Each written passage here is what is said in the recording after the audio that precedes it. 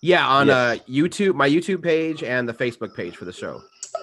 Okay, if I slip and cuss, is that going to be a major issue? Nope. I'll do my best. I No. promise. No, We no, work no. blue. Okay. We are considered an explicit show, so we're All good right, there. perfect. I'm usually pretty good, but once in a while something pops out. Yeah, nope, totally fine. All right, I'm gonna fire away here. Why, hello, and welcome to issue 553 of Geek in the City Radio. I'm one of your hosts, coming from the Star Destroyer Executioner, Aaron Duran. I'm one of your other hosts, just here in my house, being a Rita. And I'm your other host, Cable Hashtani, coming to you from this nondescript white wall behind me. From the wall. And we are joined by Mitch Gillen of the Nerd Out. Hi, everybody. Hi. Yeah, welcome, Mitch.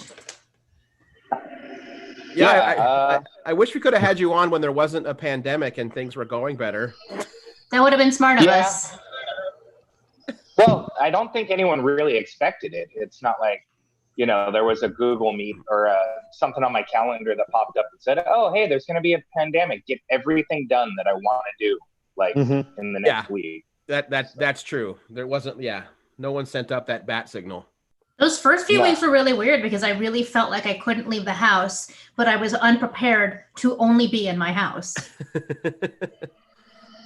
Yeah. Much like everyone else. Yeah. I mean, I've got a family of 5, so it's like we're always stockpiled with stuff, except for that one thing that we absolutely need, or, that one thing that we run out of, like goldfish crackers that my kids will have a complete meltdown about. Oh, no. So, yeah. I was totally ready for that one thing to be toilet paper. Yeah, I got lucky. We had gone to Costco like a week before everything hit. So I think I still have toilet paper from there. Nice. So if anyone needs any, I'm selling it cheap. Is that still a thing? I haven't been shopping in a couple weeks, but I feel like there's still empty, disposable paper aisle at the stores. There is. There are still signs that say like limit one per customer. I don't know why. I don't understand how we haven't caught back up on that yet. It's been 3 months. Yeah, do people poop more during the pandemic? Is there like a thing with COVID or? I know what it is. Fear of COVID? It's just that they're at their house more, so now they have to use their own toilet paper instead they're not of at work. taking it from work. Yep. Got it. Mystery solved. Yes, that is totally it. Yeah. I keep hearing something in the background. It's weird. What do you hear? I don't know. It's that weird humming sound again. It kind of sounds like machinery. Yeah. Oh, it could be from the Nerd Out. Like one of my fridges cycles on or off. Oh. Maybe. It sounds like it's really close, but. It's coming from inside the house. Or there's a radio on in the background somewhere, and it's creating a feedback. Maybe there's robots, androids. It actually sounds like creepy ghost voices from The Conjuring. Now I'm wondering which one of us is going to have a really weird night. Not it. Dude, you're the one in the story. I live in a 150-year-old house. Weird noises happen all the time. So. That's fair. Yeah. Well, we thought it'd be good. They follow you around. That's true. Aaron Duran, surrounded by ghosts. That does happen a lot. But yeah, we wanted to have you on and just kind of talk about what's. I know the Nerd Out's going through a big change right now. Yeah. Well, let's back up for our non-Portland friends. Do you want to talk a little bit about what the Nerd Out was before we talk about what it isn't anymore? Or? Yeah. The Nerd Out, in my best description, was like Cheers for Nerds. We're a bar restaurant that was all kind of just based around general pop culture, comic books, sci-fi, gaming, hard math problems, if that was your thing. And yeah, everything from comics on the walls, littered with collectibles, action figures, multiple Magic and D&D players, that kind of stuff. And yeah, we had a run for 2 years and 3.5 months, and then COVID hit, and we get to close our doors. So it's kind of a bummer, but we had a great run, and I've made a lot of good friends and family out of it. So I know we had many a fun trivia night down there. Oh yeah, I know people who it became like their instant hangout place. Like as soon as you were open. yeah, no, I mean it was really weird because my business model, I really wanted it to be, for lack of a better word, cheers. Like, you know, people knew you because I don't know, I'm not from Portland. I'm not talking shit, but a lot of the bar pub places here, you know, they can be a little uppity and hipster until you're like part of the clique. And I've always hated that. Like I wanted everyone to come in and feel at home and feel like they could be whoever they wanted to be, you know, whether you're reading comics with your kid on New Comic Book Day Wednesday, or, you know, you're 50 years old and you want to come in and show off your new G.I. Joe that you just scored at Rogue Toys or something, you know? Mhm. But, you know, If he hadn't mentioned the age, I was like, don't talk about Sean Wynn that way. yeah, but he doesn't collect G.I. Joes. Now he builds them. Mhm. Yeah, I know, right? Actually, Sean, if you're listening, I want my figures. Where are my figures? Uh-oh. But yeah, no, I mean, we were the, like, after Comic-Con joint. I tried to do everything that you do at a Comic-Con, but with food and booze. You know, we had all sorts of cool drink and draws, and like the trivia night, movie nights, and fun game nights. I'm drawing on a blank. I did this for 2 years. I should know everything we did. But Well, I always enjoyed your name and take on various cocktails. They were always a lot of fun. I would hurt myself a lot with the Bruce Wayne. It tasted like an extra fancy Manhattan. That was the a Adam good one. West? Oh, the Adam West. That was it. Sorry. Yeah, that was a sleeper. Those things taste really good, and you can drink a lot of them. The other one was the George Romero. It drank like fruit punch, and yeah, well, there's stories I probably shouldn't tell live on the internet. Oh, tell them. Do it. No. But, yeah, no, I mean, all the drinks were, you know, based around fun comic characters or, you know, movie characters. I mean, shit, we had everything from drink named after Snake Plissken to Invader Zim. Yeah. I was a fan of the butterbeer. Yeah, the butterbeer. I mean, that was a happy accident. We were doing a charity with the Harry Potter Alliance for I'm gonna say it wrong, Osseo Books, but we did a major book drive, Harry Potter night. I'm like, oh, you know, I'll do butterbeer for that night. How hard can it be? So I may or may not have found a recipe that was similar to the Harry Potter World thing put on Universal on the internet, and we made butterbeer that night, and we sold so many. Yeah, I had one. Yeah, I mean, I think we sold 90 or something like that night. Ooh. And a portion of all those went to charity. And I'm like, oh, we should just try it as a special and see if they sold. And then it just happened. I mean, like, we became the place that had butterbeer, and people were super excited. I enjoyed it so much that I actually like reverse engineered it and figured out how to make it at home, because I needed to have it more often. That actually leads to a question on the Facebook page, because we got people chatting about our live video. Talita in Texas wants to know if you would ever share the recipes with people. Yeah. You can say no. You can be like, no, it's top secret. Well, okay. I'll give anyone the basic on how to make anything here, and then you can work whatever magic or potion you want into it to make it your own. But I mean, the Nerd Out is closing. These 4 walls are shutting down, but we're not dead by any means. ingredients. And some of those recipes could be following me to our next venture. Nice. I think that's fair. Yeah. Yeah. I mean, the butterbeer is, the big secret is A&W cream soda. Yep. Homemade Sorry. whipped cream. There's Wow. butterscotch, like butterscotch dessert topping, and then magic. I stick my wand in there, swirl it around, Amazing. yeah, and that's yeah, exactly. So, if you get some cream soda, some butterscotch, some homemade whipped cream, some butternut or butterscotch schnapps, you're having a good time. But find your own magic. Throw some magic in there. You have to earn your own magic for sure. Super. Yeah. I came pretty close. I'm gonna have to try it again now. Yeah. Yeah. I knew mine was missing a little something, so.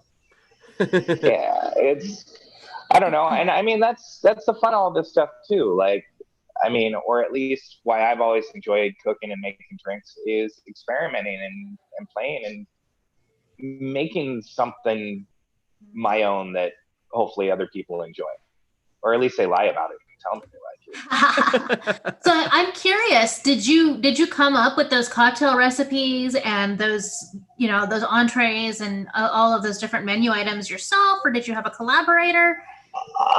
Well, I had a really good idea in mind.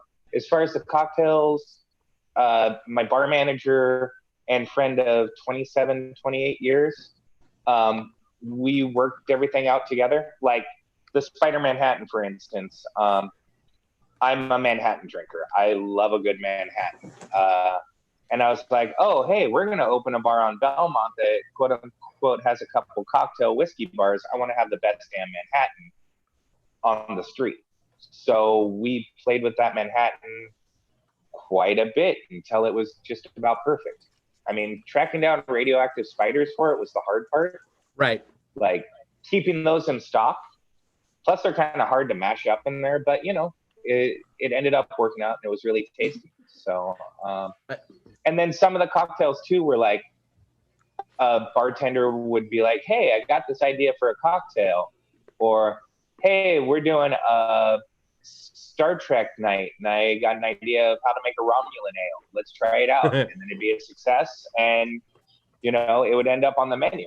So I'm bummed I never got to make my ramen ale down there. I should have brought my recipe to you. Oh, well, don't tell anyone, but I'm still in the building until the end of August. So if you happen to be in the neighborhood, we could have a drink. Oh, yeah. I just can't. I can't charge you for it. We can't have a bunch of people in, but you can come hang out with me. Oh, what could possibly go wrong? Everything. We can play magic from 10 feet away or something. Yeah. Yeah. That was actually one of the bummer things, and one of the reasons why we're closing down is the square footage. Right. If we ever get into phase one and stick into phase one, we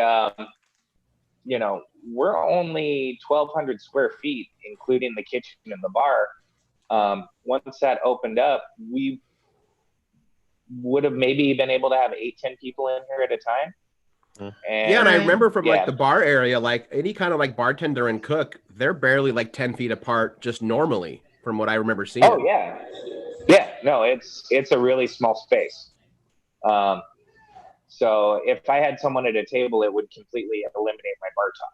And right.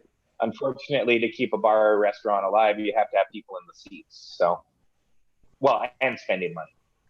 Also that, yes. A hefty mix of those two things. Mm-hmm. Yeah. And then, on another killer was, our big weekends were, KamuraCon, Rose City Comic Con, Wizard World, or even like it's this coming weekend was the Portland Horror Movie Festival at the Hollywood. We would do after parties for all that kind of stuff, and everything's canceled. So, that put a big dent in potential profits. Yeah, that's true. That's one of the things I didn't think about, that with a lot of the major nerd events in Portland, well, the country not happening. Yeah. That's And a while lot of some your things large can go crowds. virtual, an after party for a con can't really go virtual in the same way. No. Right. No, I mean, unless you want to like pay me for drinks and mix them up at home, and we can hang out on Zoom and do it. But yeah, it's not quite the same. Yeah, I mean, I know some bars are pulling off the, to go cocktails, but I know with your place, I mean, half the fun was, being down there with a bunch of like-minded folks that are just going to enjoy being in that environment, so. Yeah, I mean, a lot of this place was the room and the people hanging out. And I mean, for instance, last year, if you came in after Rose City Comic Con, you could have been sitting 3 seats away from Neil Adams, or who else was in here? Liam Sharp was in here, Keith Tucker. Like, I mean, just you could come nerd out with all the people you went to see. Right. I was about to ask you, like, who were some of your kind of favorite, quote, celebrities who would pop in and hang out or whatnot? Oh, by far, I mean, when Stan Sakai came in, I had to do everything to keep my cool and not completely fanboy out. I'm a huge Yosaki Yojimbo fan. Let's see. You can't really see the tattoos that well, but oh, nice. I like him a little bit. And him and his wife came in for dinner 2 years ago, and that was insane. Neil Adams, that was great. Colin Cantwell came in, who, if you guys know him, I mean, he kind of like designed the X-Wing fighter and the Death Star. And him and his wife came in, and I got to talk with him while he was having dinner. That was pretty cool. Yeah, I mean, aside from all the locals like Robbie Rodriguez and Ron Rangel and Jeff Parker and Ron Chan and Kat Ferris and Chelsea Kane, I wish Kelly Sue DeConnick would have come in, because I always wanted to meet her. Met Matt Fraction of cons, but Kelly Sue I've never met you yet. So, I love your stuff. But yeah, we're big fans, but she's tough to nail down. Busy lady. Yeah. Oh, a really cool one that came in was Steve Bennett came in, who was one of the original animators of Robotech. Oh, that's pretty cool. Oh yeah, it was so awesome. He came in with a couple of my regulars on a random Sunday night, and then ended up giving me an anime history lesson at the bar for about an hour, and it was about the coolest thing ever. That's awesome. Yeah. But yeah, I mean, who else was my favorite that came in? All my regulars. I made so many good friends here. I mean, people who are like family. Yeah.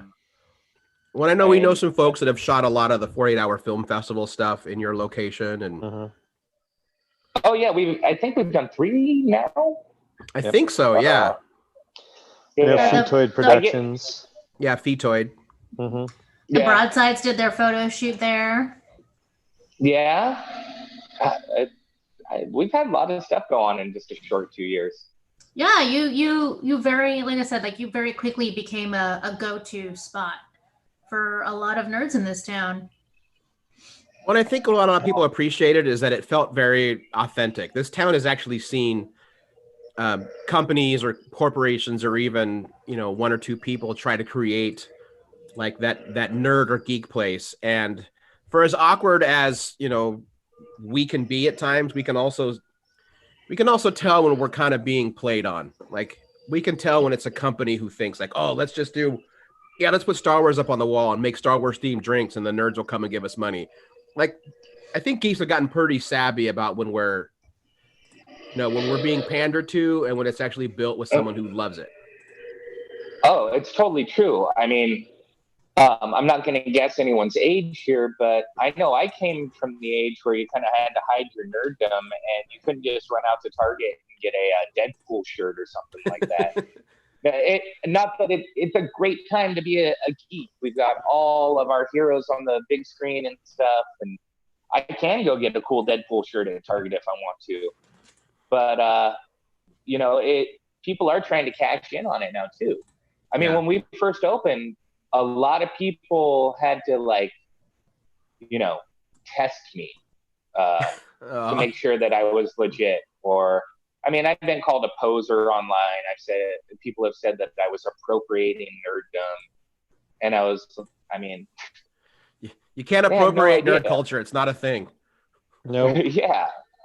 I mean, I collect toys and comic books avidly. I'm an avid D&D'er. I'd be a hoarder if my stuff wasn't so cool, you know. But like, it's what I do, and it's in my blood, you know. Like, the only posing I do is action figures. I'll sit and do that forever.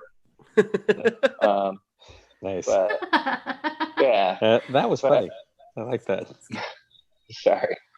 So I've always had a question. Every time I popped into your location, I always wondered, because none of your food, I mean, this is neither good nor bad. None of your food was like typical bar, like deep fried food. Like, yeah, we didn't have a fryer. Yeah, and I used to wonder, is it because he's trying to cook healthier dishes, or because he doesn't want that kind of grease in the air getting all over his like sideshow collection figures up on the shelves? Because I know which way I would fall. I'm going to go with the second one, just because now that sounds a lot cooler. But no, I mean, and just side point, do you know what a pain in the ass it was to keep all these toys clean in a restaurant environment? I can only imagine keeping my little Starfleet ships clean, and I have a basement apartment or a basement office, and even there they get filthy. So. Oh yeah, it was rough. But no, the reason why the food was like the food is because I come from a fine dining background, and I didn't want to have just typical fried food. I mean, don't you all get bored of going out to get a beer and you're like, oh, I got the choice of tots with cheese and bacon, and some chicken fingers. Like, and that's true. And cool. When you're only like 30 feet away from Belmont Inn, why are you trying to do like tots and fried mushrooms also? Right. Yeah, no. And I mean, having some good food and some fresh food. And food's fun. And I will say, I did love those Brussels sprouts you made. Those were choice. Those good Brussels sprouts. Oh my God. I've changed a few people's lives that were like, ew, Brussels sprouts are gross. My grandma used to make Brussels sprouts and they were bad. Yeah. Yeah. Oh, I say just the next time, if ever again someone questions your nerd credibility, a really good way to shut them down is to say, I built this menu because it's better for the action figures. Yeah, I'm totally stealing that. For sure. Go ahead, take it. But you know, it's weird. You just got to name a drink after the show. Absolutely. Oh my God. Oh man. I'll be putting that up on the page shortly. Oh. Yeah, no, I mean, you wouldn't believe how many people were bummed though that, like, what? You don't have fries? You don't have, like, you should be doing Hot Pockets and pizza rolls because that's real nerd food. I mean, like, well, you're attempting to get out of your basement right now. I know I am. Like, I don't want to eat out of my fridge. Yeah, no, it's, go ahead. Oh, no. I was just going to say, I absolutely love Hot Pockets and they're delicious. Pizza rolls. Don't get me wrong. But you can't eat those all the time. No, that's why nerds never make it past 60. There's nothing wrong with trying to, like, you know, upscale your food options just because you're a nerd. The two are not mutually exclusive. I've probably been a fine diner longer than I've been a nerd. It's yeah. Well, and what's funny is, like, people who work in fine dining are total nerds. Like, when you get a bunch of chefs talking about food and where it comes from, God, it's worse than comic collectors. And then, I mean, get people started on wine and what vintage and how it tastes like, you know, asteroid fields and ashtrays. It's like, it's like almost that not fun nerdy. I have never sat around listening to people talk about what kind of grass this was clearly growing from. Oh, I've been in so many of those conversations. It's those ones you just kind of start and go like, yeah, I just want to pound this wine and get this over with. But I've become that person that talks about yeast and hop strains of how it's like, oh, it makes the beer taste this way. Then I'm like, God, Aaron, shut up. just drink the damn beer. Drink your drink. Yeah, I've just gotten to the point where they're like, yeah, that tastes good. All right, yeah. Wow, that one got me fucked up. Oh no, They do that too. Yep. Yeah. So, yeah. What else can I say? So I know you said you can't really say a whole lot, but can you kind of hint about what you see for the future? Oh well, I mean, it's not a secret what's going on next. I mean, it's just I don't know. Well, I have a lot of ideas. It's just kind of the state of the world is dictating what's going to come next. Right. I've been in food service all my life, since I was 15. I don't see opening another restaurant any time in the near future, unless the right spot for like a grab and go or a food cart comes up. Mm-hmm. You know, it all kind of depends when this whole pandemic thing dies down and what the state of the new normal is going to be. If people are going to be going out, if people have money to go out, if people are going to be weird about going out. I mean, like, I don't know. I know a lot of people who are like, oh, I can't even imagine going to a bar with like 20 people. I'd be freaking out the whole time, you know? Or imagine that first public sneeze in a bar where everyone like, yeah, they all died for cover. Yeah. So, but there will be something else. It's not if, it's just when. I got to find the right spot. Hell, I might even do a collectible shop for a little while, just because that's my other passion.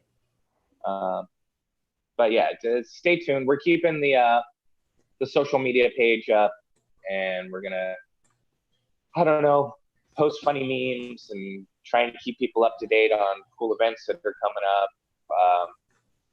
Looks like 99% chance that the Nerd Out's going to be a podcast for a little while.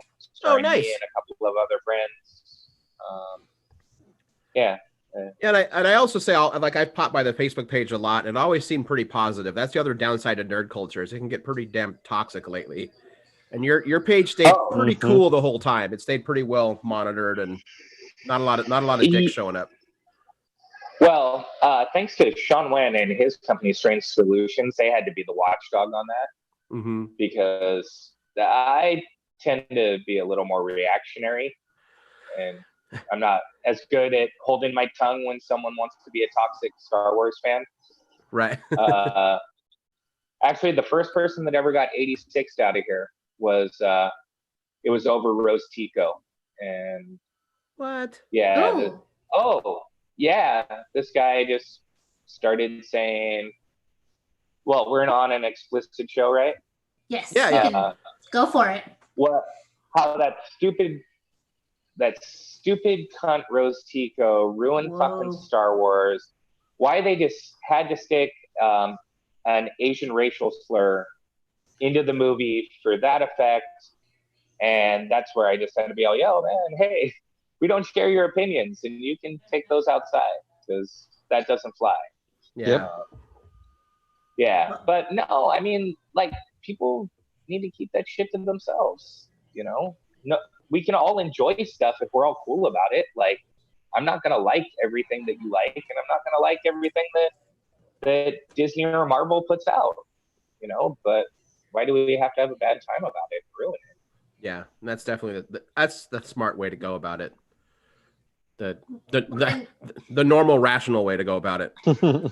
Attitudes like that are really just only going to alienate more people. It's worse for you than it is for them. If you let a guy like that stay in your place of business, it hurts you more than it hurts them. Yeah, and I mean, one of the biggest things, like, there's the toxic nerd culture, geek culture, and then I mean, this falls into it, but like the whole gatekeeper nerds that are just like, yeah, oh man, who if you change their superhero, I mean, God forbid that, you know, Superman's a person of color, like, because that's changing their childhood and ruining. They made Wolverine a girl. Superman.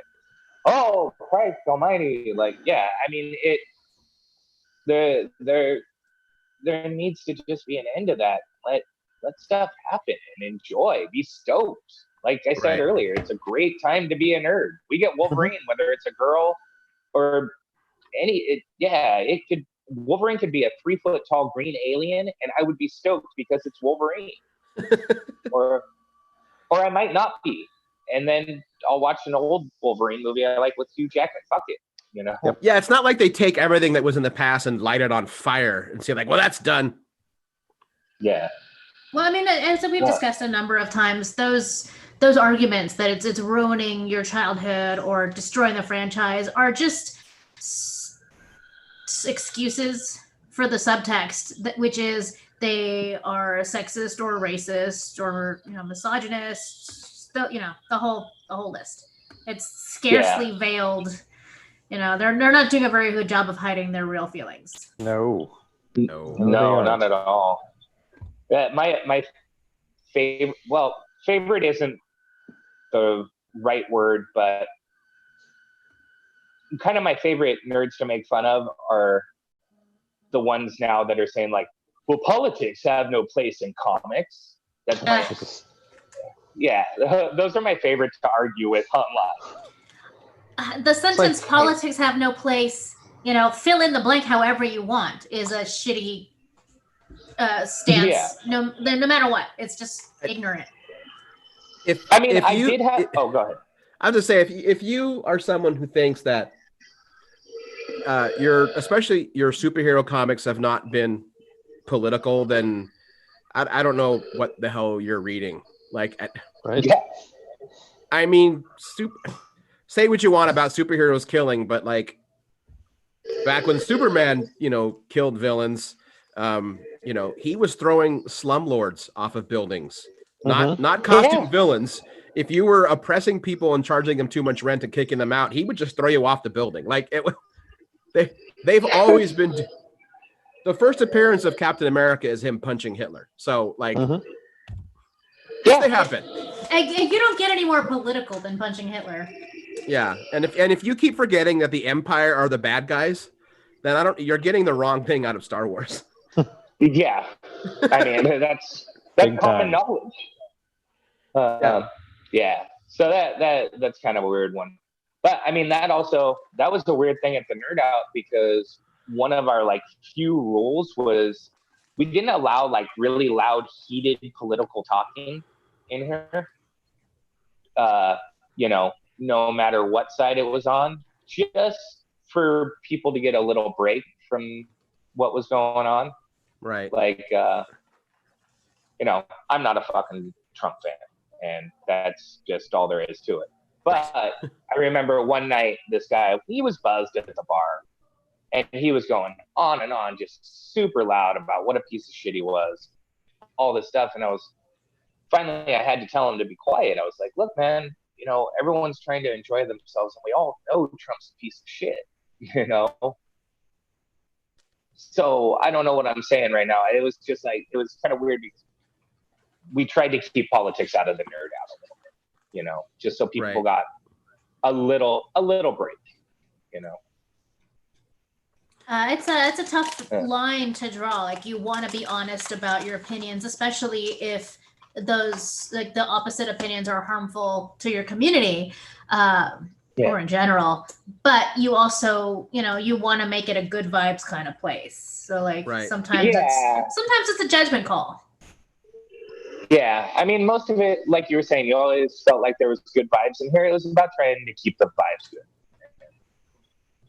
Yeah, I don't know why I went off on that tangent. No, it's fine. Well, you know, sometimes you need that place to get away, you know. Yeah. And there's no limit on how often you can or should be able to say that Trump is a piece of shit. So. Okay, yeah, it's yeah. But if you're getting so loud that you're disturbing everybody else, it's like, yes, we get it and we agree. But I want to enjoy my Adam West here on my own. Right. Totally. And yeah, we all have to see what a piece of shit he is all day long. It's like, can I just get a 15-minute break? It's like I want to start setting a timer on my social media. You know, just like, okay, you can only look for 10 minutes because yeah. I did that. Yeah. Oh, I think it helps. You must have, yeah. I really think I'm gonna start doing that. Yeah. I spend a lot more time on Pinterest, and there's little to no hate on Pinterest. See, I've been trying to give up social media for Animal Crossing. I can't stop playing that game. I've never played a sim game in my life. I got it from my daughter, and I'm like, oh, I'll get it set up for her. Yeah. I ended up getting her own Switch so she could. I'm like, here, you just have yours because I need my own. So. I know you already touched on it a little bit, but where can people find you between now and the next iteration of your contributions in the physical community? Well, I mean, on Facebook, on Instagram, I think we have a Twitter account. I'll have to ask Sean about that. I stay away from Twitter as much as possible. You do, because we tagged you for the show. Okay, cool. Yeah, so on Twitter too. And then, I don't know, can you find me on eBay shopping for collectibles? Because I spend a lot of time doing that. No, but I don't know. There's going to be some little... Oh, go ahead. Say, if you're curious, you are at the Nerd Out PDX on Twitter. Oh, okay, perfect. I'll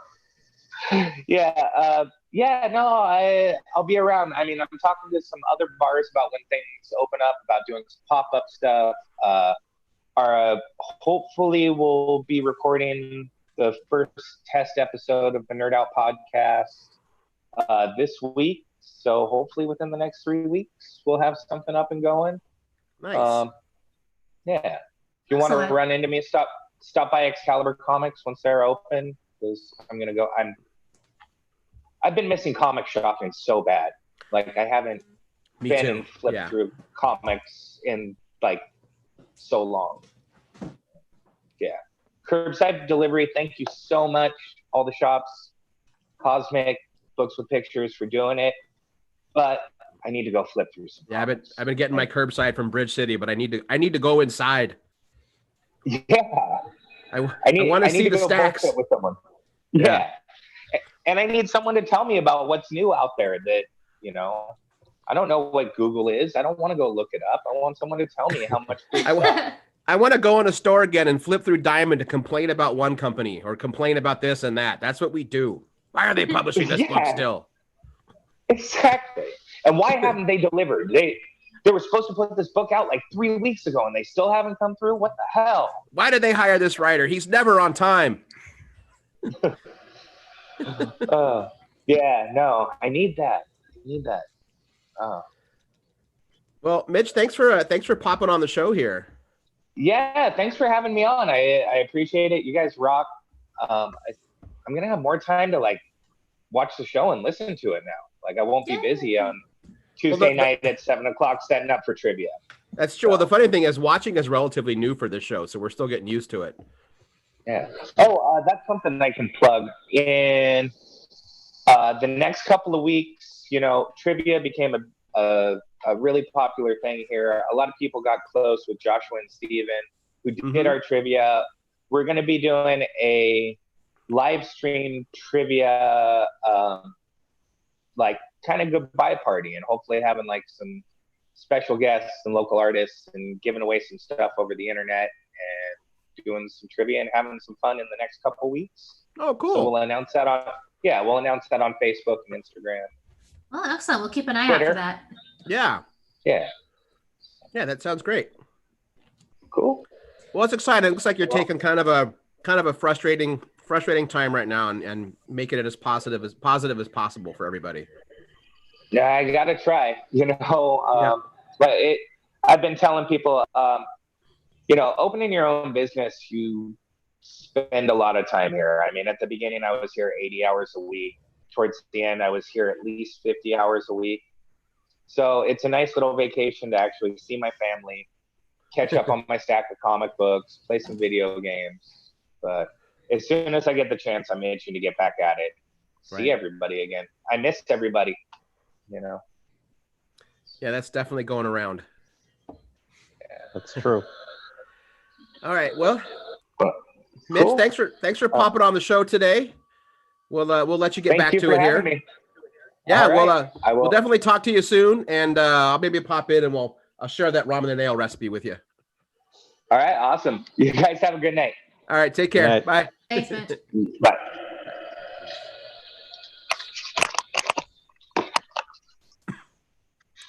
Well, that was cool. Mm-hmm. Yeah. Also, we definitely have a ghost somewhere. One of us has a ghost. Yeah, I don't like. Does anyone actually have like a radio on? There's no sound in my house going on, so it's not me. Yeah, I turn the radio off when I start the podcast. I think it's a ghost. This is me saying, I think it's a ghost. I don't know what it is. I wonder if it was like... No? I mean, it sounds like starship noises, honestly. No, the sound I was hearing was more of a groan sound. Yeah. Actually, you're right. Earlier, it was like a weird gurgly noise. Now it's more of a... Yep. The high-pitched something.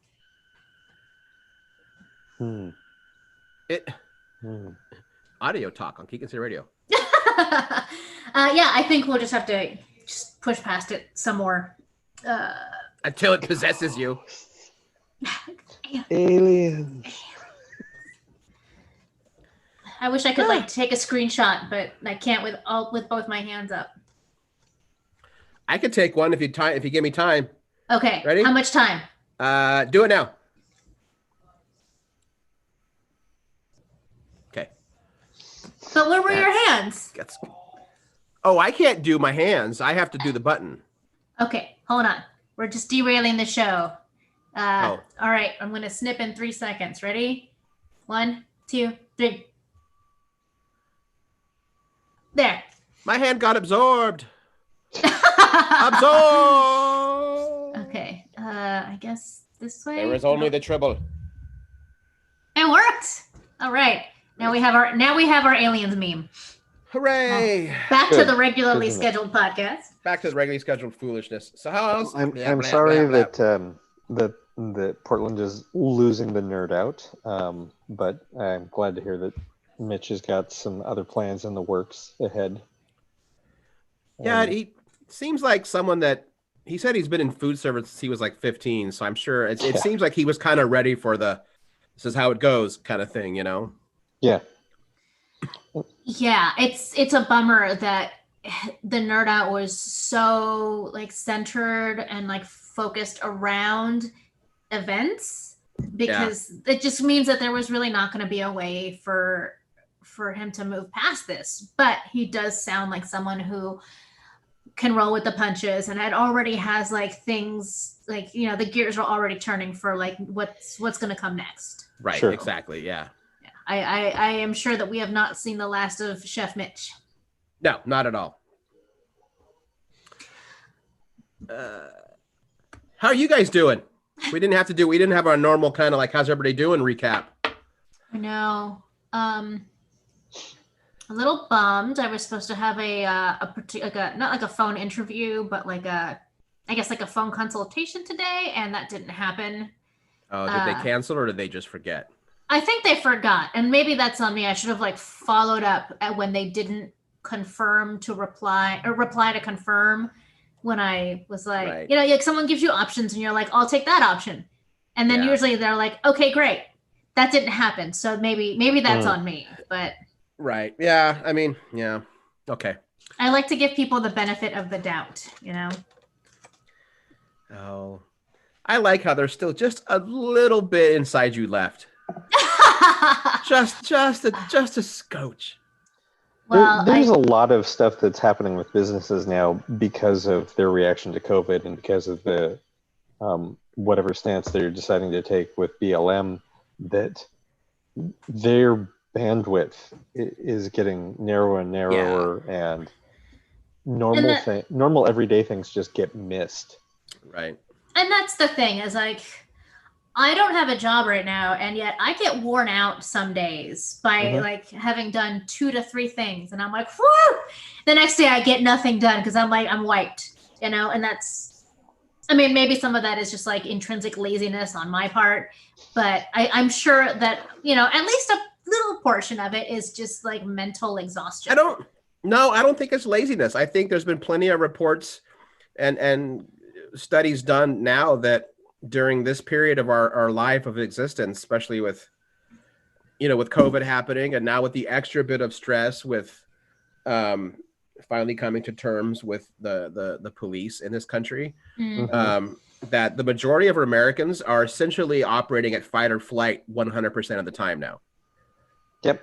I've read that. Even when we're asleep, our brains are just crunching away. I need a nap after waking up. Like, I get up, go for a little walk, have coffee, and go, nap time. And it's like 9:30 in the morning. And I'm like, I need a nap. I'm so tired already.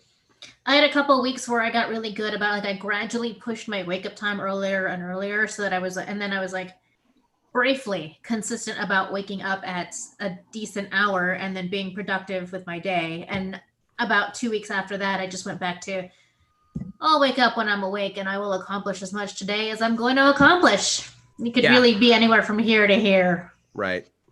I tried. I really did. Yeah. And that's kind of how I think everyone is right now. Yeah. I don't have anything. There's nothing pithy to add to that. No, really, no. We have our agenda of things that we hoped to have time to discuss today, and I'm like realizing it's all negative. Well, can I? Yes. Whatever it is. We've talked over the past few weeks about this, and you know what's up. I did finally make an announcement publicly last week, so I wanted to pull the curtain back for our listeners. As of June 1st, Sequential Art closed its doors. That was the gallery that Merrick and I ran together. We have moved. We are no longer in that space. So we are now living in an apartment and have a private address, which is the first time for me for like 15 years. It's like anyone could find me. And now it's like, now no one knows where I am. It's kind of nice. Yeah. Yeah, so it's not necessarily a bad thing. No, but I did For those who are curious, Cable now lives at. No, I'm just kidding. But Merrick and I, this isn't the end of Sequential Art. This is similar to what Mitch is doing with the Nerd Out. I'm going to be working on putting together a business plan for the next model of what that looks like, but that's still a couple of years off. And it certainly needs to be I really dislike going, when things go back to normal. I don't want things to go back to normal. Normal was awful. Right.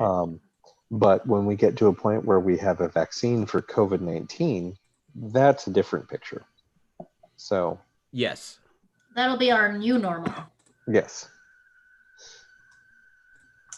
Yeah. I did want to thank all of the listeners who've stopped in at Sequential Art over the years, and the artists that we've worked with, and the artists that have been on the show.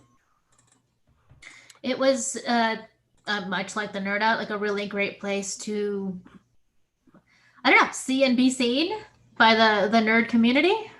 I don't know, that doesn't feel like the right way to put it, but it was a place where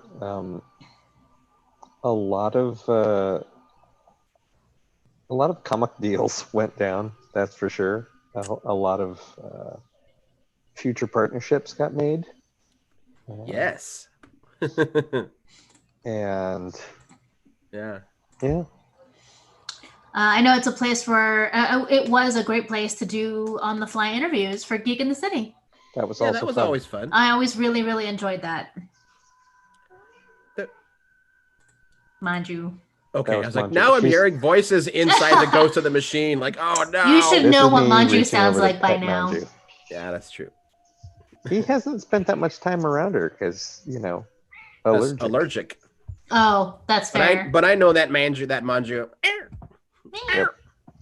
I should let all of the fans of sequential art know Manju is still alive. Manju is still around. She's still kicking. She's still sassy. She has acclimated to the move better than we would have expected. Like most cats spend anywhere between 2 days to a week hiding whenever you move them. Mm-hmm. They just hole up somewhere. Manju was upset for about 12 hours and then she was fine. And this is her first move That's in actually life, pretty right? good. Yeah. Yep, she's taken to it quite well. She's a hardy girl. She's also stopped being mad at Irma all the time, so I think it's because it's a space that is not inherently hers, so she doesn't feel the need to defend it. That makes sense. So I was going to now- guess the fact that being off of street level is less agitation for Irma, and less Irma noises are less agitating for a cat. That is also true. Yeah. Yeah, So not opening my front door to Broadway is That's going to be nice. it's very I quiet. imagine. Yeah. well, just like with the nerd out, it's a bummer to see sequential go, but it's good to know that it's not. This is a temporary change. And That's that, the goal. Yes. There's already, there is a plan, or there is an intent, I should say. Mm-hmm. Yes. What other? I'm always leery now when everyone says, "And there is a plan." Ever since I watched Battlestar Galactica. Because for years they always said like the Cylons were built by humans. They revolted and they have a plan. I'm like, no, they didn't. Their plan literally ended with themselves shooting themselves in the head. And I was like, no. It was as if the writers didn't have a plan. Oh. Shh, that's fine. That's good. I probably shouldn't rip on that show since I keep trying to get Mark Bernardin to like be a guest here, and he adores that show. Like different things. Yeah. It's fine with that. Oh, that last season's garbage. I've only seen like 5 episodes of that show, and one of the episodes was the last one, and I just kind of went, huh. Really? That was an episode. Yeah. That's why you guys filled up theaters every week? Yep. Yeah. I took a friend to go see it because I had a pass. I'm like, hey, if you want to go see this, she's like, yeah, let's go. And we ended up like sitting either right in front of or right behind Katie Sackhoff and her family. Oh wow. Yeah. Oh, that's cool. So That's fun. Yeah. Was that the finale? Yeah. When she was there? Yeah. Oh. That was a weird night for me. That's also fair. Yep. A weird night for me. So is that all you're going to say about that? Yep. Mm-hmm. All right. Uh-huh. That is all I'm going to say about that. Moving on then. Mm-hmm.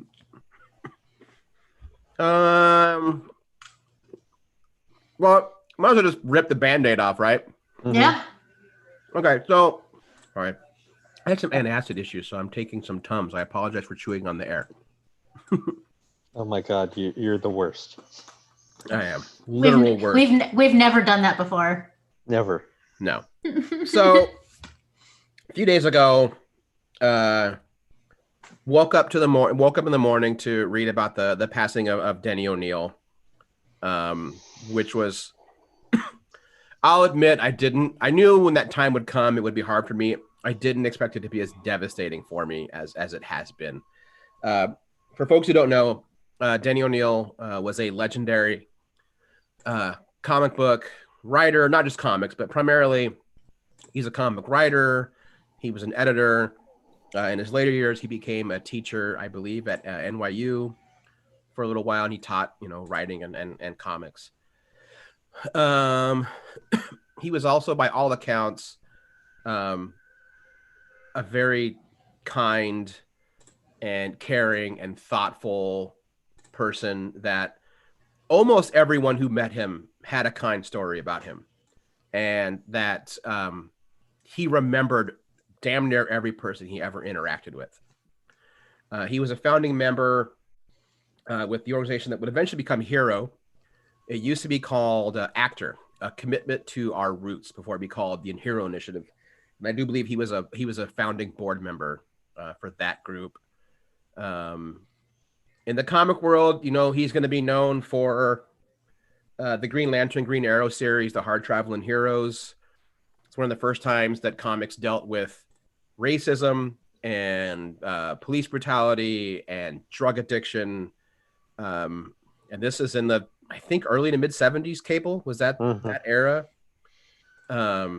He created Ra's al Ghul. Like, he created that character. He's the guy that in the early 90s wrote a story where Bruce Wayne becomes a drug addict. Because he creates Venom.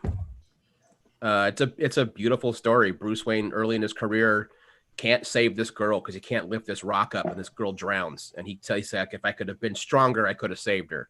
So he basically starts to take this version of steroids, and it breaks him. He was very socially active in making sure that everyone was treated equally. But for me, the biggest loss is he was just a kind person, and he was a really great mentor to, no matter how limited your engagement was with him, he touched a lot of lives. And yeah, it's really hard to lose him. It's weird to say of someone that I've only known through the comics editorials and I have physically only met once, but it still felt like I lost a father figure this week. Is literally how it has felt. When I started reading comics, by then he was the editor of he was basically the editor of Batman and Detective, and he had this column called From the Den that used to appear, tiny little sliver of a column. It was usually like 1,000 words, but you know, letter column font. It was like 6-point font or whatever. And it was always in the center of the books. It was never in the letters column. And it got to where I would read that before I read the comics. I wanted to know what Denny O'Neil was saying, what his thoughts were that month. I wanted to read that before the comic. He was the first person to review one of my books, like the first book I ever put out. He found out that I had done one because I had donated to Actor, that we became Hero. And I had a profile that said I had just self-published my own little comic book. And he messaged me through like the forum and said, I'd like to see it. Here's my address. And if you want my note, like, and he, like, I put a self-addressed envelope so he could type his notes and send them back to me. He had many notes because it was not a good comic. But he was not discouraging. It was like, you know, there's something here, kid. You're rough. You're really rough. You got a lot of work to do. And then well over a decade later, I met him at Emerald City Comic-Con, and the dude remembered me. Like, and asked me, are you still writing? Yeah. Good to hear. Yeah. So that's the kind of person Denny O'Neil was. So he's going to be greatly missed. There are not a lot of creators in the comic world like him. So we need more people like him. So it's very sad to see him go. Yeah. I feel like there's been a lot of news or talk lately for people of opposite behavior. So I think that makes it that much more disappointing to lose someone who is that good-hearted. Yeah, and it was. I mean, he was older. He'd had a heart attack. He had lost his 81 when he passed away. He was 81. His wife Mary Fran had passed away, I think, just a couple years ago, maybe 3 years ago, if I remember correctly. And I'm not going to go into detail, but the story of how he reconnected with her, just the sweetest thing ever. You know, a sweetheart he once knew, and then they had to drift apart. They each ended up having, if I remember correctly, they each had different marriages that didn't work out or what have you.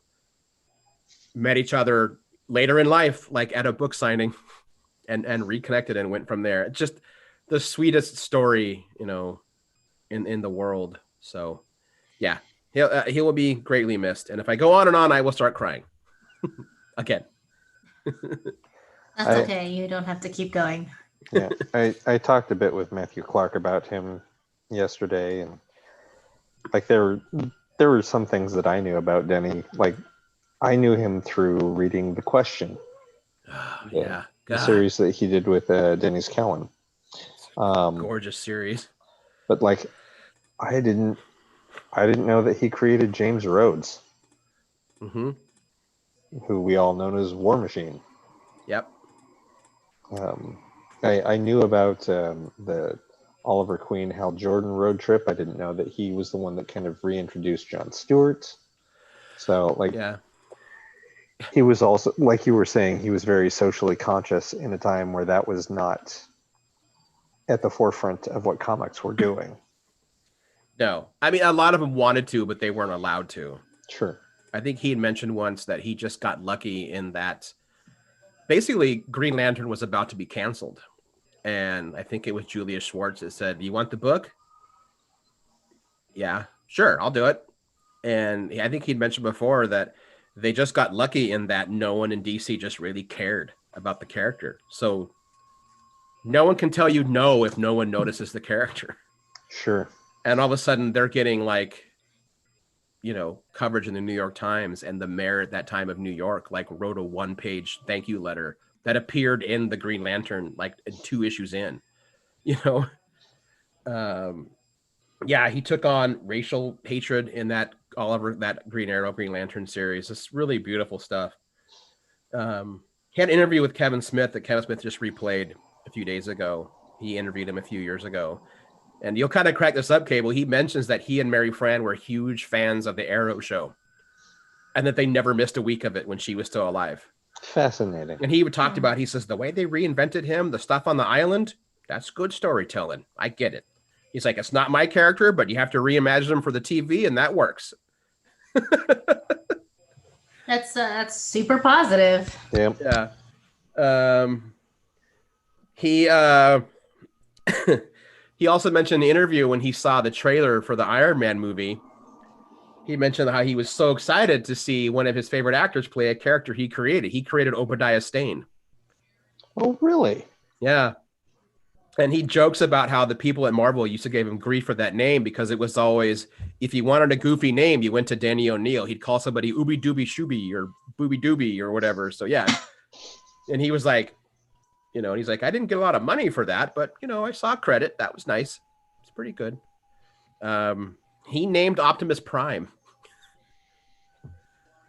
When Marvel had all these characters dropped at their feet, he came up with most of the names, and he named Optimus Prime. Because in Japan, he would have been Big Convoy, right? Yeah. Yeah. Yep. Yeah, that's what he was. Big Convoy. Yeah.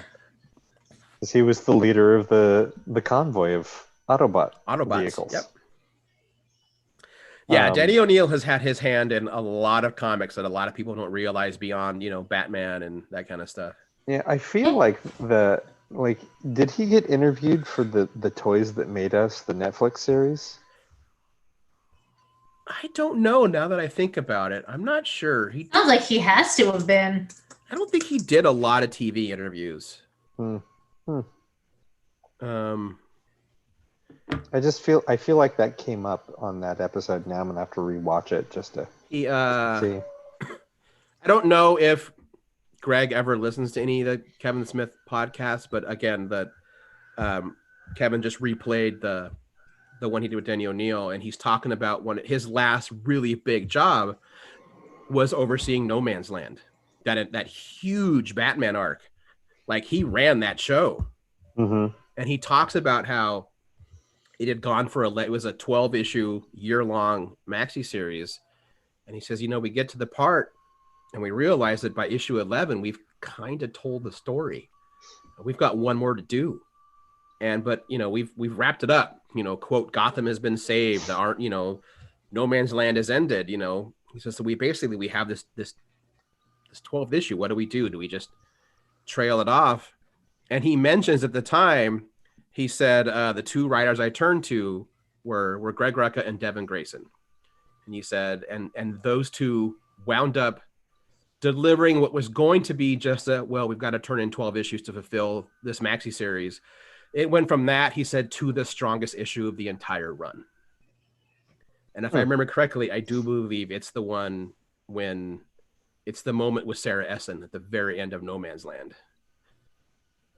I don't want to give it away. No Man's Land is still, even though it's an older story, it's still really fun to read, but it's a brutally bittersweet ending to that entire arc. So, and is kind of fitting for a Batman arc to end that way in a dark way, I suppose.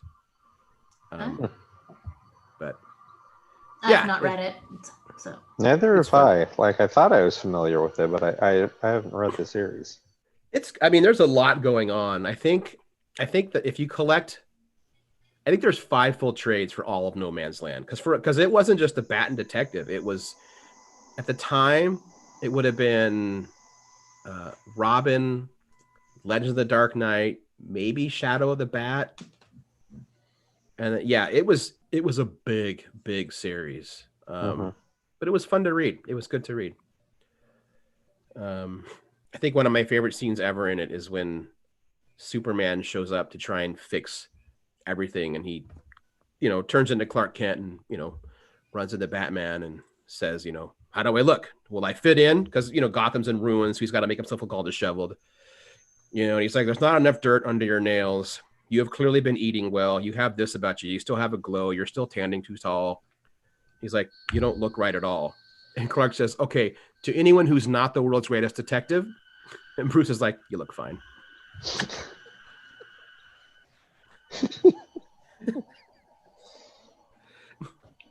Nice.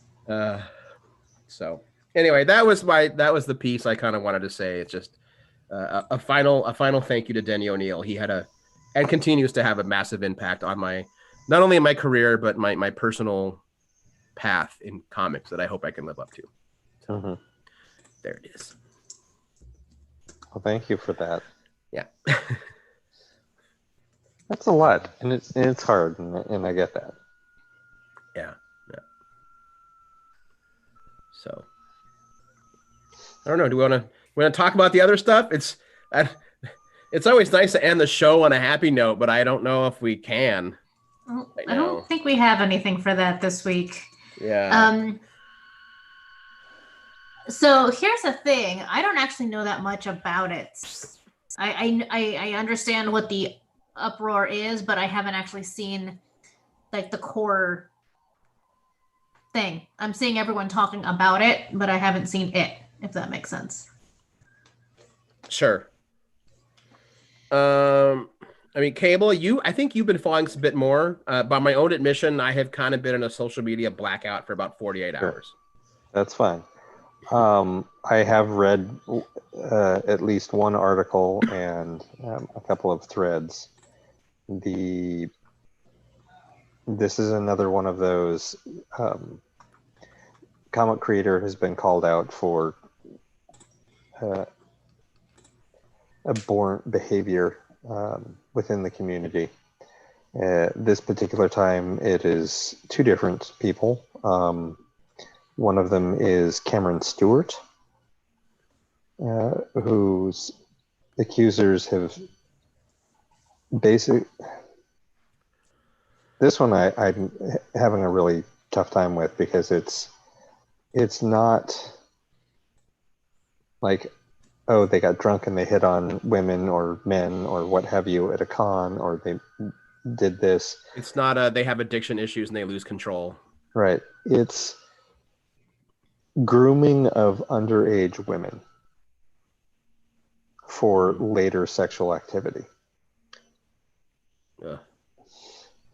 And the people that have come forward to talk about this are Canadian, and the age of consent in Canada is 16, which is when he started to foster these relationships with them. But that's still like, dude. Legal does not mean ethical. No, especially when you're engaging in activity prior to the age of consent. Right. So that's one of the things that's kind of hit everyone sideways today. On top of that,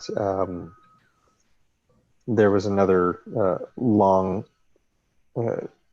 Twitter thread that was written about Warren Ellis, and it wasn't in the same degree as Cameron Stewart. It still is an older man creating inappropriate relationships with women far younger than he is. That is less surprising, since that has been Warren's MO for decades. It can be disappointing, but not surprising, I suppose. Does that make sense? Yeah.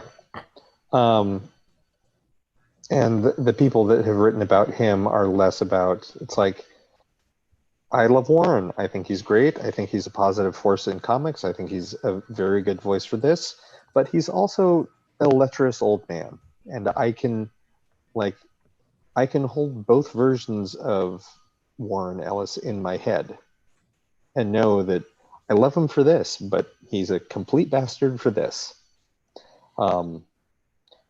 Which is the take that allows people to go, I want to apologize for my behavior, and not only do I want to apologize, I'm going to show you in actions how I'm going to fix this. Right. I don't know that we're going to get that from Cameron Stewart. I hope we get that from Warren Ellis, because I feel like he is self-aware enough and will listen to the people talking about him, because they would also talk to him about it. We'll see. I know it's already cost. One of the people that was writing about him explained that is why she ended their friendship. Not because anything that he did to her, but what he watched him do to other women. And she's like, no, this is not okay. It's like, until you get your shit together, we're not friends. Yeah. There's definitely a longer conversation to be had and a problem to be fixed with the culture of silence that happens in comics. Mm-hmm. And to an extent, I get it in that everyone is just terrified of being blacklisted for just speaking out. It's such a culture and industry of who you know, who's going to prop you up, and ultimately, what do they want in return from you? It's like Hollywood. People are afraid to say, tell an important truth because they need or want to get ahead. Yeah, and comic people have long fucking memories. They do. But here is where this is different. In this particular time, COVID-19 has happened and has completely disrupted the industry in such a way that long-term change and accountability can be made part of the new foundation of what comics are going to look like. Yeah, for sure. But we all have to do the work. So, and I put this on the fans, but they're the ones that companies are going to listen to, because if you say, I'm never buying this person's book, it's like, you continue to harbor or do business with this person, I'm not buying anything from your company until you decide to hold them accountable for their actions. Right. Yeah, I am hoping that is what comes out of this for sure. And that's, again, that gets into a larger argument of like, that's what's been normal. Let's not go back to that. Right. Yeah. Fuck normal. I guess more, I don't even know how to phrase this, but in similar news, I lost his name already. Hartley. What is his? Oh man, yeah, that was Hartley Sawyer, who plays Ralph Dibny on The Flash. apparently has said some really terrible shit on Twitter over the years, and someone recently brought that to light, and he got fired. And it seems like that's something that happened very quickly. I have not seen or heard anything in regards to like his response, because from what I'm looking at, a lot of those things were from 2012, which is not necessarily a lifetime ago, but it was a goodly while ago. And I don't know. In this example, I'd be curious to know, like, well, what do his tweets today look like, and what does he have to say about the kind of person he was then versus the kind of person he is now? Or I is this actually gonna have an be answer to that. let's say, or is this just like another James Gunn situation? I have an answer. Is that his name? No, Yeah. James Gunn is the one who admitted that he was shitty in the past, and he's continuously working on it. And he was specifically targeted by someone who was trying to, by a right-wing or an alt-right journalist, who was upset with how Gunn represented people currently. Yeah. And he's like, oh, I don't like that. I like it better when you were a racist asshole. Hartley Sawyer did acknowledge that, yes, he published all of those tweets. Yes, they were all said at a time period where he thought they were funny and was trying to make a joke, and realized that all of them were off tone, all of them were improper, all of them were horrible. He did not contest his firing. He understood exactly why people were angry and could only apologize and try to do better from that point forward. But like that's another one of those situations where he acknowledged what he did was wrong and accepted the punishment for it was losing a lucrative job that had really started to build, that he was building his career on, and now he's got to backtrack.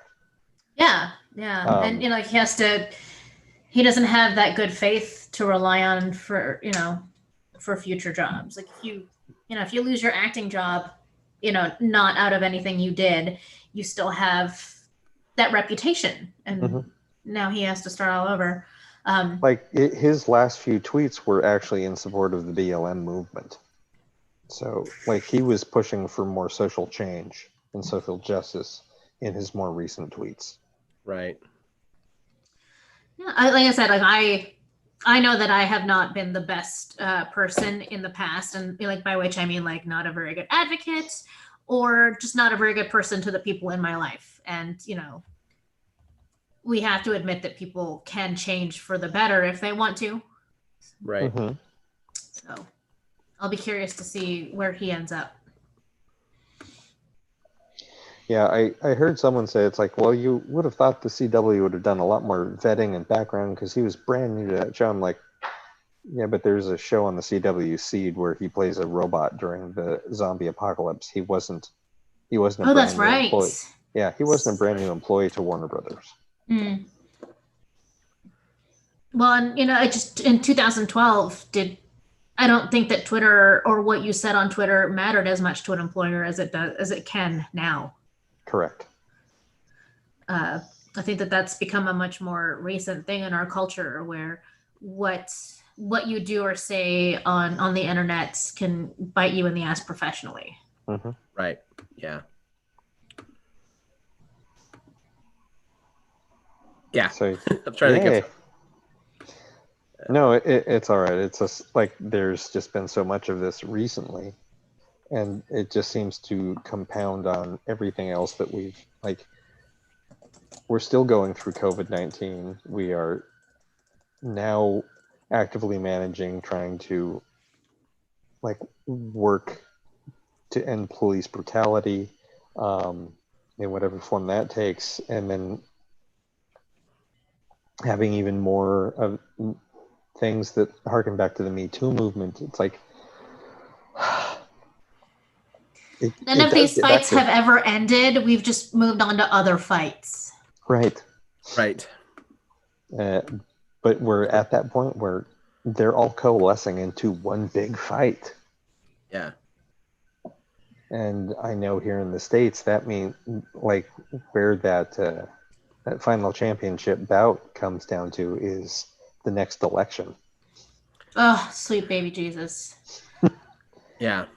Which still seems like a million miles away because, it's a whole nother season away, but it's still this year. And there's still other horrible things. Like there's still thousands of kids in cages at our borders. Mm-hmm. Thousands that have been lost, likely forever. Yep. I know a lot of people are excited about that that Supreme Court ruling where employers aren't allowed to discriminate against LGBTQ people when hiring or firing. Mm-hmm. But the other immediate response was that's never the excuse they give you when they fire you or don't hire you. Discrimination is not solved by just putting in a law. A lot of places already had those kinds of laws. What the heck is the point of the equal opportunity employer, tag on any business when all it takes is a simple lie to discriminate? Right. Which is why all right to work states need to abolish those laws. I fucking hate being in a right to work state. I mean, to be fair, it's never affected me negatively. I've never been released from a job in Oregon, for reasons other than what they told me. But that's just me. I'm one example, and I know of people who have been fired for shitty reasons that shouldn't be justifiable, but they don't have to be justified in this state. Yeah. Yep. And the fact of the matter is that we should not have to be celebrating that the Supreme Court held up a law that just flat out says that everyone should be treated fairly and equally. Like that shouldn't be something we should have to even celebrate. That reminds me of another tweet I saw where someone was saying, oh, you tell people that it's brave to transition. Well, it wouldn't have to be a brave thing. It could just be the thing that's right for me, except for you have built this culture and society based around treating that as wrong and putting my life at risk for being this way. Yeah. So, that's super. I guess we can just end this week on keep trying to be better and stop being shitty. I know that seems overly simplified, and it probably is. But if you can start with not being shitty, that's a good place to start, folks. Like, there's nothing wrong with boiling it down and making it simple. Like, I think we all understand that don't be a dick carries with it lots of nuance. Yes. Like, well, what? Like, if you apply that all the time, don't be shitty. What does that really mean? Oh, that what means is maybe that? I shouldn't take up space in the bus shelter for when other people could be using it. Maybe I shouldn't be like angry that the person ahead of me is taking too long to get a coffee. I'm going to take just as long. It's like, give them time, give them space. Put the shopping cart back, you dick. What was that phrase? Like, I cannot give you the definition of pornography, but I know it when I see it. That was a Supreme Court ruling. Yeah. So we just need one of those instead. Is like I can't give you an all-encompassing definition of what being a dick is, but I can definitely tell you when you're doing it. Right. And then stop doing it. And then stop. I feel as though that is that's the whole. I don't know how I'm supposed to tell you you're supposed to care about other people. Yeah. I don't know. I mean, I know it's not always that. I do think that there's a percentage of people out there who maybe really do believe that Confederate statues are, historical and educational. And maybe it's not an educated opinion, but it's the opinion that they have been given and raised on. Mm-hmm. like if you tell a lie often enough, people will believe it. And this is a specific example of someone I know on Facebook, by the way. I was raised on plenty of things that I thought was absolutely true, and now I know they're not. Yeah. And so I really, really want to believe that this friend is not racist, but actually believes that taking down statues of Confederate leaders is erasing history just because it's offensive. I love Trevor Noah's thing where he said, you know what? We all remember the bubonic plague and there's no statue of rats anywhere. Yes. Yep. Yes. Yes. Or you know what? If you really want to save it, get a lot of them, put them in a Black History Museum, and ticket prices go to support, Black American initiatives in this country. If you really believe they're for educational reasons, put them in a museum, and the money goes to helping Black issues and Black social justice issues in this country. There you go. If you really need to have them. Yep. I did really enjoy pictures of those different statues of like British slave owners and the like, and it just says, racist, murderer, slave owner, because it would be different if those statues were actually doing something to educate people, but they're not. They're glorifying it. Right. No, I'm really proud of Norm right now because he says, like, if you want to see what modern day Dick looks like, just go down Joe Rogan's guest list. Oh, nicely done, Norm. Yes. Well, on that note. I don't know what we've got planned for next week. We'll see. Just keep racking in these guests. I don't think I know either.